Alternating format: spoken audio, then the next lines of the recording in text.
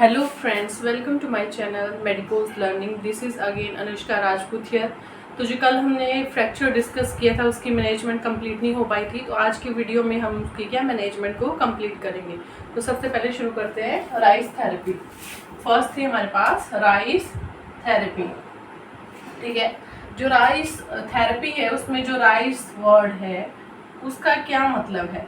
Are उसका मतलब है रेस्ट, आई का मतलब है आइस एप्लीकेशन और सी का मतलब है कंप्रेशन, ई का मतलब है एलिवेशन। ठीक है, रेस्ट हम क्यों दे रहे हैं पेशेंट को, ताकि जो फ्रैक्चर्ड एक्सट्रीमिटी है हमारे पास, जिस जहाँ पे फ्रैक्चर हुआ है उस पार्ट को क्या हम इमोबिलाइज कर सकें। ठीक है, उसके बाद आ गया आइस एप्लीकेशन। आइस एप्लीकेशन बर्फ क्यों लगा रहे हैं भाई, वेजो कंस्ट्रिक्शन कॉज करती है बर्फ। ठीक है, जो आइस होती है वो वेजो कंस्ट्रिक्शन करती है, जिसकी वजह से उस पार्ट को ब्लड सप्लाई कम हो जाएगी। जब ब्लड सप्लाई कम हो जाएगी तो पेशेंट का जो पेन है वो क्या है, कम हो जाएगा, डिक्रीज हो जाएगा। इसलिए हम क्या करेंगे, आइस एप्लीकेशन। सी से हमारे पास कंप्रेशन। ठीक है, कंप्रेशन क्यों दे रहे हैं, वहाँ पे जो एडिमा हुआ था, स्वेलिंग हुई थी। एडिमा मैंने पहले भी बताया कि जब हमारा ब्लड वेसल का जो फ्लूइड है वो कहाँ एक्स्ट्रा सेलुलर स्पेस में शिफ्ट हो जाता है, उस कंडीशन को हम एडिमा बोलते हैं। ठीक है, तो जो वहाँ पे एडिमा और स्वेलिंग हुई है उसको क्या है, रिड्यूस करने के लिए हम क्या दे रहे हैं पेशेंट को, कंप्रेशन। नेक्स्ट है हमारे पास एलिवेशन। तो एलिवेट क्यों कर रहे हैं हम एक्सट्रीमिटी को, एलिवेट इसलिए करते हैं एक्सट्रीमिटी को ताकि वहाँ का जो वेनस फ्लो है हार्ट की तरफ क्या है वो चला जाए। ठीक है, उस अफेक्टेड पार्ट पे जो वेनस ब्लड है वो इकट्ठा ना होके रिटर्न चला जाए दोबारा अपनी पोजीशन पे जहाँ वो फ्लो कर रहा है वहाँ पे। ठीक है, तो ये थी राइस थेरेपी। ठीक है, इसके बाद आगे कंटिन्यू करेंगे हम। नेक्स्ट जो हमारे पास मैनेजमेंट का पॉइंट था वो था कास्ट एप्लीकेशन। ठीक है, कास्ट मतलब पीओपी लगा के देखेंगे, प्लस्तर हम करेंगे पेशेंट को। ठीक है, तो पीओपी क्या है, एक स्ट्रिप ड्रेसिंग है। ठीक है, कास्ट एक स्ट्रिप ड्रेसिंग है जो कि पीओपी से मिलके बनी हुई होती है। जो पीओपी है प्लास्टर ऑफ पेरिस, उसका फॉर्मूला है CaSO4 हाफ H2O। ठीक है, ये जो फॉर्मूला है ये कई पेपर में पूछा गया है। ठीक है, इसको याद रखना है। ठीक है, CaSO4 half H2O and synthetic material. ठीक है, जो हमारा कास्ट है तो दो टाइप में आता है, एक तो आता है प्लास्टर ऑफ पेरिस में, दूसरा आता है सिंथेटिक मटेरियल में। ठीक है, सिंथेटिक मटेरियल में जो आता है वो कलरफुल भी आता है आजकल, पिंक, ब्लू, ठीक है, डिफरेंट कलर का। तो क्या है, पीओपी जो आती है वो वाइट कलर में आती है।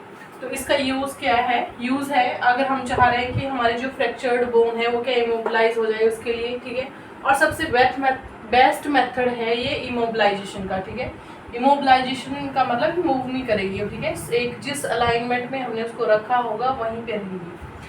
नेक्स्ट है हमारे पास, अब कास्ट एप्लीकेशन हमने कर लिया, अब हमारा जो मेन है यहाँ पे नर्सेज का क्या रोल है। ठीक है, वो हम क्या क्या चीज़ें हम पेशेंट को एजुकेट करेंगे, क्या हम अपने आप इम्प्लीमेंट करेंगे कास्ट केयर में। ठीक है, वो सारी चीज़ें। फर्स्ट है हमारे पास जो पीओपी है, अगर पीओपी की हम कर रहे हैं, ठीक है, कास्ट, तो उसमें 24 से 72 घंटे लगते हैं सूखने के लिए। ठीक है, बट जो आजकल सिंथेटिक कास्ट आ गई है वो क्या है, 20 से 30 मिनट में सूख जाती है। ठीक है, इजिली ड्राई हो जाती है और पीओपी को ज़्यादा टाइम लगता है सूखने के लिए। सेकंड जो है यहाँ पे पॉइंट ये है, हम हेयर ड्रायर का भी यूज़ कर सकते हैं, बट अगर हम हेयर ड्रायर को यूज़ कर रहे हैं तो कूल सेटिंग करनी पड़ेगी हमें, ताकि ठंडी हवा आए और उससे क्या है जो पीओपी है वो क्या है सूख जाए।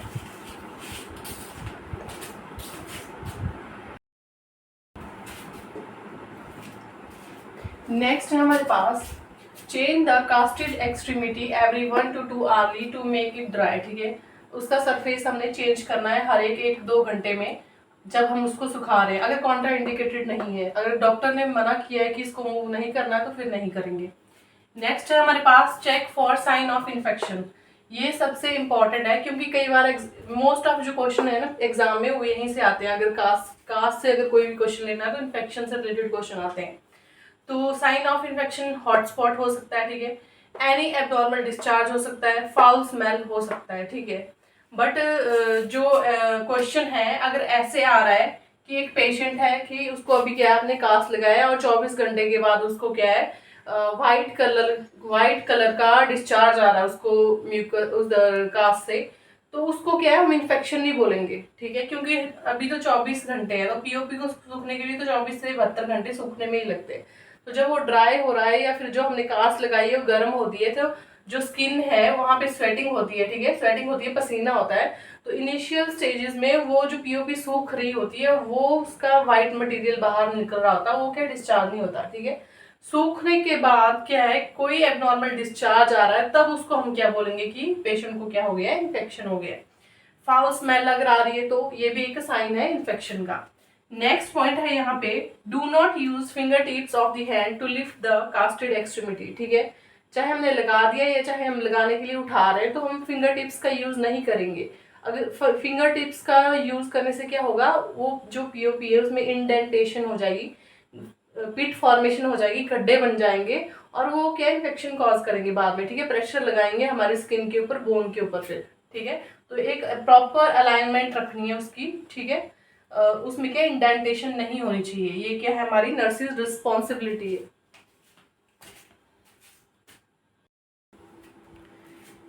नेक्स्ट पॉइंट है हमारे पास इसमें जो हमने डिस्कस किया था उसका, इंडेंटेशन अगर हो गई हमारे कास्ट में, तो जो हमारी नर्व है उस पर्टिकुलर पार्ट की वो क्या अफेक्ट हो जाएगी। नर्व जब डैमेज हो जाएगी तो क्या है, पेशेंट को क्या है, पैरालिसिस, डेथ होने के चांसेस है। तो हमने जब भी कास्ट को लिफ्ट करना है अपनी पाम के साथ, हाथ की हथेलियों के साथ क्या लिफ्ट करना है, और फिंगर टिप्स का यूज नहीं करना है। नेक्स्ट पॉइंट है, use 10 ml of this syringe to blow the air to prevent itching, ठीक है। अगर पेशेंट ये बोल रहा है कि उसको खारिश हो रही है, इचिंग हो रही है उस जहाँ पे कास्ट लगाया है वहां पे, तो हम क्या करेंगे, 10 ml की सिरिंज लेंगे और उसमें एयर भर के ब्लो करेंगे उसको, और पेशेंट का जो पार्ट है वहां पे क्या है, ब्लो मतलब उसको एयर को छोड़ देंगे, ताकि जो उसको इचिंग हो रही है वो क्या है, ठीक हो सके। नेक्स्ट है, एलिवेट करके रखनी है जो अफेक्टेड या फ्रैक्चर्ड एक्सट्रीमिटी है जिसपे हमने कास्ट लगाया है 24 से 48 घंटे तक, ताकि वीनस कंजेशन ना हो, ठीक है। जो वेनस ब्लड फ्लो है वहां का क्या है, वो वहां पे क्या है, रुके ना, स्टेगनेट ना हो, वो क्या है, कंटिन्यूसली फ्लो करता रहे, उसके लिए हम क्या है, एलिवेट करके रखेंगे एक्सट्रीमिटी को। नेक्स्ट है, डोंट स्टक एनी ऑब्जेक्ट, कोई भी ऑब्जेक्ट क्या है हमने कास्ट के नीचे नहीं डालना है, जैसे पेन, पेंसिल, पिन, अगर खारिश हो रही है तो इंसर्ट नहीं करना है ऐसी कोई भी चीज, ठीक है, ये क्या इन्फेक्शन कॉज कर सकते हैं। नेक्स्ट है, for changing the position use overhead trapeze. Trapeze क्या होता है, ठीक है, चाहे पेशेंट को ट्रैक्शन लगी हो या उसका कास्ट हो, तो उसके बेड के ऊपर क्या ऐसा लगाया जाता है, हैंगिंग ऐसा वाला बेड होता है, जैसे बस में लगा होता है या मेट्रो में ट्रेवल कर रहे होते हैं तो ऐसा लगा होता है ना हाथ पकड़ने के लिए। तो सेम ऐसा ही ट्रेपीजिक है, पेशेंट के बेड पे लगा होगा। तो पेशेंट ने जब पोजीशन चेंज करनी है तो उसको एजुकेट करना हमने कि इसको पहले होल्ड करे, फिर अपनी पोजीशन क्या है चेंज करे, ताकि जो अफेक्टेड एक्सट्रीमिटी है उसके ऊपर प्रेशर ना लगे, ठीक है। तो ट्रेपीजी को यूज करना है हमने। नेक्स्ट है इसमें हमारे पास, assess the vital signs and neurovascular impairment every 15 to 30 minute, ठीक है। हमने पेशेंट की वाइटल साइन और उसका न्यूरोवास्कुलर स्टेटस है, अनकॉन्शियस तो नहीं हो गया, कोई चेंजेस तो नहीं है, वो क्या हर 15 से 30 मिनट में बार बार चेक करना है, जब तक पेशेंट क्या स्टेबल ना हो जाए तब तक। नेक्स्ट है, अगर कोई टिंगलिंग सेंसेशन हो रही है, पैरास्थीसिया और पेन और 6P में से कोई भी पेन, पल्सनेस, परकिलोथेर्मिया जो भी हो रहा है, तो हमने क्या है, या कास्ट क्या रिमूव हो गई है, कोई भी ऐसी बात हुई है, तो इमीडिएटली इन्फॉर्म करना है डॉक्टर को या हेल्थ केयर प्रोवाइडर को, ठीक है। तो ये थी कास्ट एप्लीकेशन के पॉइंट। नेक्स्ट हम डिस्कस करेंगे ट्रैक्शन।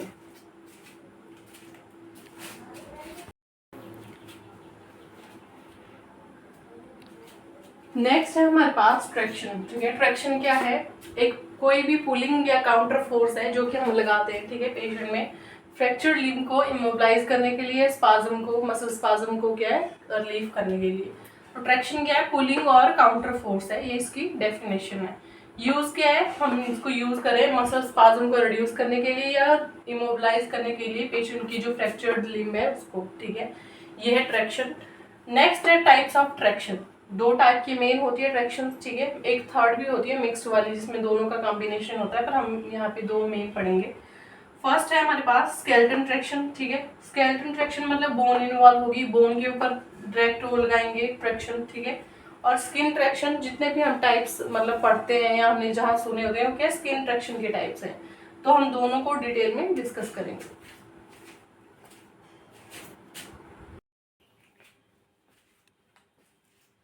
नेक्स्ट है हमारे पास फर्स्ट स्केलेटल ट्रैक्शन। जो स्केलेटल ट्रैक्शन है हमारे पास, इसमें हम क्या करते हैं, जो फोर्स है डायरेक्टली अप्लाई करते हैं बोन के ऊपर। ठीक है, बोन के ऊपर कोई प्लेट, स्क्रू, नट कस के हम क्या है डायरेक्टली वो कनेक्ट होती है वेट के साथ। तो डायरेक्टली बोन के ऊपर फोर्स अप्लाई करते हैं ताकि जो बोन है उसको क्या एक बराबर अलाइनमेंट में रख सके, हम इमोबिलाइज कर सके। इसमें जो मैक्सिमम वेट हम दे सकते हैं होता है 20 kg तक, और पाउंड में बोले तो 44 lbs। ठीक है, और फोर्स अप्लाई करने के लिए जो हम चीज़ें यूज़ करते हैं वो पिन हो सकती है। ठीक है, पिन बाद में क्या प्लेट से कनेक्टेड होती है, और क्या है बाद में क्या वेट से कनेक्ट होती है बाहर हो। फोर्स क्या अप्लाई करेंगे पिन और वायर के साथ। ठीक है, जैसे एग्जांपल लिखा है के वायर वगैरह का यूज़ करते हैं हम स्केलेटल ट्रैक्शन के लिए। नेक्स्ट है हमारे पास स्किन ट्रैक्शन। इसमें जो फोर्स डायरेक्टली हम अप्लाई करते हैं स्किन के ऊपर डायरेक्टली अप्लाई करते हैं, और वो फोर्स बाद में इनडायरेक्टली क्या बोन के ऊपर लगती है। ठीक है, इसमें जो मैक्सिमम वेट है वो 5 से 10 kg यूज़ कर सकते हैं, और इसमें पाउंड में 10 to 22 lbs। जो ट्रैक्शन लगाने के लिए हम मटेरियल यूज़ करते हैं, इसमें हम बैंडेज, फोम, टेप, ये सारी चीज़ें के यूज़ करते हैं स्किन ट्रैक्शन के लिए। तो स्केलेटल ट्रैक्शन जो यहीं तक थी हमारी। अब हम आगे पढ़ेंगे स्किन ट्रैक्शन के टाइप्स, क्योंकि जो जितनी भी हमने ट्रैक्शन सुनी होती है, रसल, पेल्विक, ये सारे क्या स्किन ट्रैक्शन के टाइप है, बकल ट्रैक्शन ऐसे।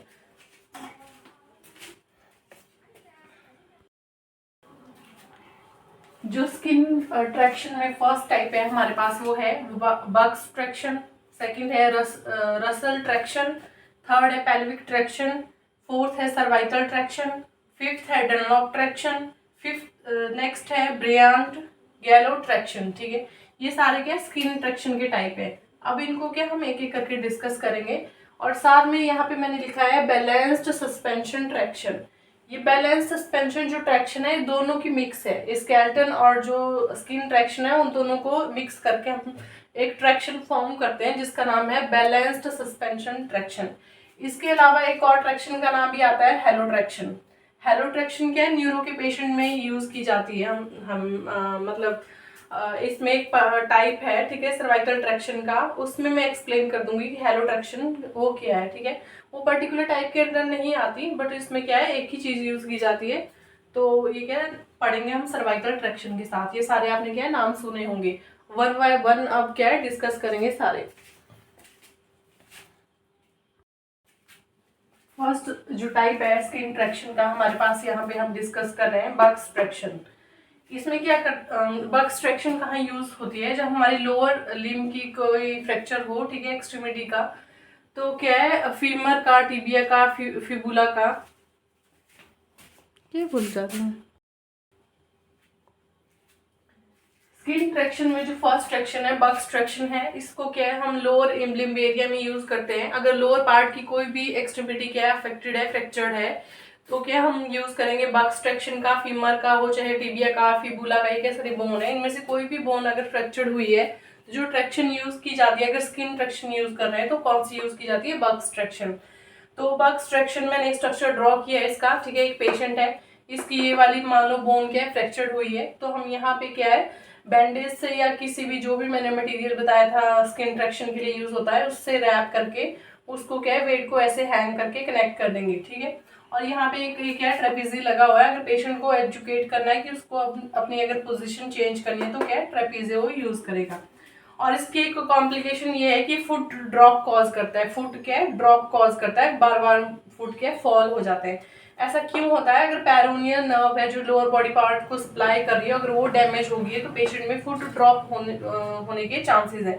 तो उसको इसकी इंटरवेंशन अगर पूछें कि हाँ जी फुट ड्रॉप के लिए आप क्या यूज करेंगे, जी फुट ड्रॉप हो गया है, तो पेशेंट को फुट बोर्ड देते हैं यूज करने के लिए, ताकि उसके जो पैर हैं एक बराबर पोजीशन में रहे, ड्रॉप ना हो या फॉल ना हो। ठीक है,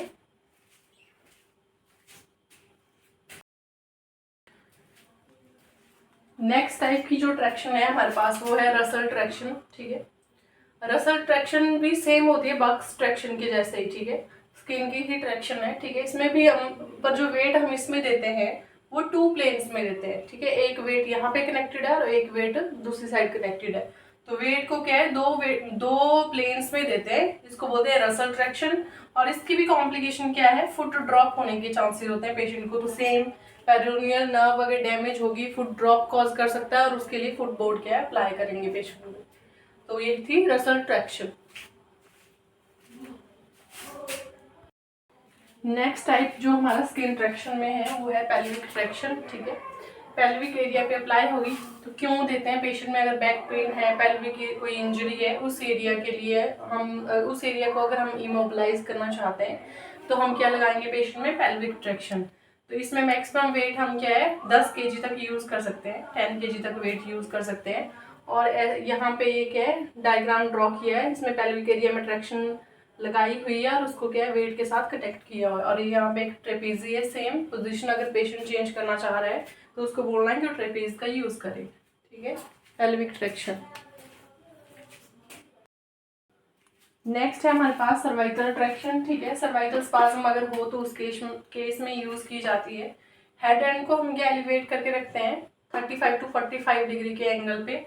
और जो हेड होल्डर होता है, ठीक है, एक हेड होल्डर है यहाँ वाला और उसके साथ एक पैडेड चिन लिफ्टर यहाँ पे यूज किया जाता है चिन में। ठीक है, ताकि पेशेंट को क्या यहाँ पे इंजरी ना हो। हेड होल्डर और पैडेड चिन लिफ्टर यूज किया जाता है और इसको क्या वेट के साथ कनेक्ट किया जाता है इसे। तो पेशेंट का जो बेड है वो एलिवेट करके रखना होता है और ट्रेपेजी लगा होता है पोजीशन चेंज करने के लिए। सेम ऐसे ही सेम एक हेलो ट्रैक्शन आता है। ठीक है, हेलो ट्रैक्शन हम क्या है जब स्कल की कोई इंजरी हो, स्पाइन की कोई इंजरी हो, तब हेलो ट्रैक्शन यूज करते हैं। तो हेलो ट्रैक्शन में जो पैडेड चिन लिफ्टर होता है वो नहीं होता, सिर्फ जो हेड होल्डर होता है उसका यूज होता है। ठीक है, और अगर स्पाइन की कोई इंजरी है तो पेशेंट को हम मूव कैसे करते हैं, लेग रोलिंग मेथड से। ठीक है, रोल करके उसको मूव करना होता है, उसको कभी और हिलाना नहीं होता है। ये था सारा सर्वाइकल ट्रैक्शन के बारे में। नेक्स्ट हम पढ़ेंगे आगे। ये हमारे पास है डनलॉप ट्रैक्शन। ठीक है, इसमें क्या है अगर अपर लिम्ब का कोई फ्रैक्चर हो उसमें यूज होती है। तो इसमें 2 वेट लगाए हमने, एक वेट को यहाँ पे कनेक्ट किया और दूसरे वेट को 2 पुलिस लगा के यहाँ पे कनेक्ट किया है। डनलॉप ट्रैक्शन में भी सेम 10 kg तक वेट दे सकते हैं। अकॉर्डिंग टू फिजिशियन डिपेंड करता है कि आपका जो डॉक्टर है वो कितना वेट लगाने को बोल रहा है। ठीक है, अगर अपर एक्सट्रीमिटीज का, ह्यूमरस का कोई भी फ्रैक्चर है या रेडियस का या अल्ना का कोई फ्रैक्चर है तो हम क्या यूज करेंगे, डनलॉप ट्रैक्शन यूज करेंगे पेशेंट में। नेक्स्ट है हमारे पास ब्रियंट एंड गैलोज ट्रैक्शन। ठीक है, ये भी पेल्विक हिप और लोअर एक्सट्रीमिटी का अगर फ्रैक्चर हो तो उसमें यूज होती है। अब आप सोच रहे होंगे पेल्विक वाली तो हमने पहले भी पढ़ी है ना, तो ये क्या है बच्चों में यूज होती है, चिल्ड्रन में यूज होने वाली ट्रैक्शन है। इसमें क्या करते हैं पेशेंट की लेग्स को क्या हम 90 डिग्री के एंगल पे एलिवेट करके रखते हैं और जो उसके बटक्स है बेड के फ्लोर को टच नहीं करनी चाहिए। ठीक है, पेशेंट की जो लेग्स है ऊपर को एलिवेट करके रखेंगे और जो बटक्स एरिया है वो क्या है बेड के फ्लोर को टच नहीं करना चाहिए। इसको बोलते हैं गैलोज और ब्रियंट ट्रैक्शन, बच्चों में यूज होने वाली ट्रैक्शन है। ठीक है, ये इसका डायग्राम है और इसमें भी ट्रेपेजी लगा हुआ है। ठीक है, बच्चा अगर मूव कर सकता है खुद तो ट्रेपेजी का यूज करके वो क्या है मूव कर सकता है।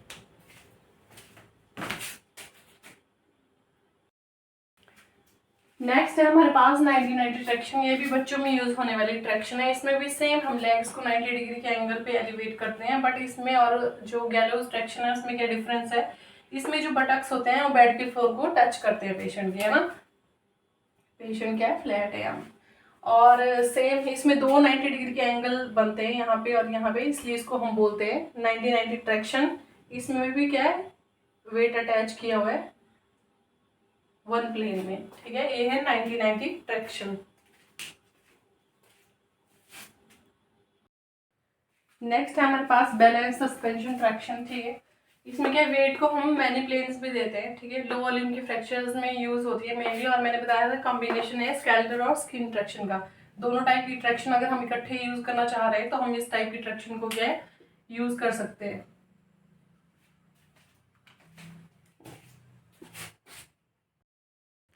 ये क्या है बैलेंस सस्पेंशन ट्रैक्शन का क्या है डायग्राम है हमारे पास। देखो कितने प्लेन्स में हम क्या है वेट दे रहे हैं पेशेंट को। एक वेट यहाँ कनेक्टेड है, दूसरा यहाँ कनेक्टेड है, तीसरा यहाँ पे है, चौथा यहाँ पे है। तो 4-5 वेट जितना भी डॉक्टर एडवाइस करेगा अपने प्लेन्स में क्या डिफरेंट प्लेन में क्या हम दे सकते हैं वेट को।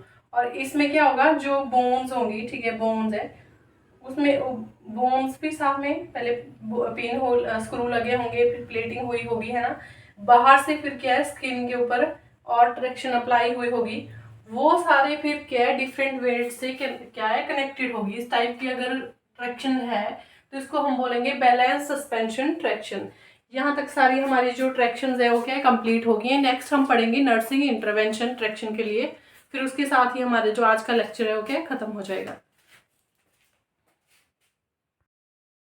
ट्रैक्शन की नर्सिंग इंटरवेंशन क्या है, कुछ एक हाईलाइटेड पॉइंट लिखे हैं मैंने। तो हमने पेशेंट को क्या है एजुकेट करना है कि उसको क्या है न्यूट्रल पोजीशन में रहना है। अब न्यूट्रल पोजीशन क्या है, जिसमें वो प्लेन में सोया, सेंटर में रहना, बेड के सेंटर में रहना, और क्या है न्यूट्रल पोजीशन में रहना, ठीक है। वो क्या है फर्स्ट क्या है हमारी इंटरवेंशन है ट्रैक्शन के लिए। अगर पेशेंट को क्या है ट्रैक्शन लगी है, अवॉइड करना है वेट का फ्लोर को टच करना, कि जो वेट लगाया हमने ट्रैक्शन में कहीं वो फ्लोर के ऊपर तो रेस्ट तो नहीं करा है, वो क्या हैंगिंग फॉर्म में होना चाहिए हमारा वेट हमेशा। तो जब भी जाएंगे इस बात का ध्यान रखना है पेशेंट के पास। नेक्स्ट करना है कि चेक कोई जो रस्सी हमने लगाई है ट्रैक्शन के लिए उसमें कोई डैमेज तो नहीं हुआ है। अगर डैमेज हो इनिशियली जब लगा रहे हैं ट्रैक्शन तब भी चेक करना कहीं रोप में कोई डैमेज तो नहीं है, तो क्या है टूट सकता है, इवन वेट के पेशेंट के ऊपर भी गिर सकता है और फ्रैक्चर भी हो सकता है उसको। तो जो रस्सी है वो क्या सही हालात में होनी चाहिए। नेक्स्ट आगे हमारे पास हमने क्या है डॉक्टर की एडवाइस के बिना या ऑर्डर के बिना कभी भी क्या ट्रैक्शन का जो वेट है उसको क्या है रिलीज नहीं करना है, हटानी नहीं है ट्रैक्शन, ठीक है।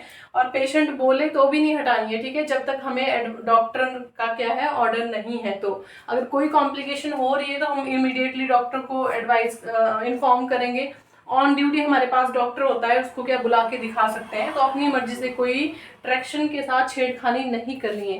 तो ये थी हमारी आज की वीडियो ट्रैक्शन पे। इसके साथ ही जो नेक्स्ट मैनेजमेंट है फ्रैक्चर की उसको हम क्या है कल की वीडियो में कंटिन्यू करेंगे। तो आज के लिए इतना ही। वीडियो को लाइक करें, शेयर करें, और ऐसी वीडियो देखने के लिए मेरे यूट्यूब चैनल को क्या है फॉलो करें। Thank you.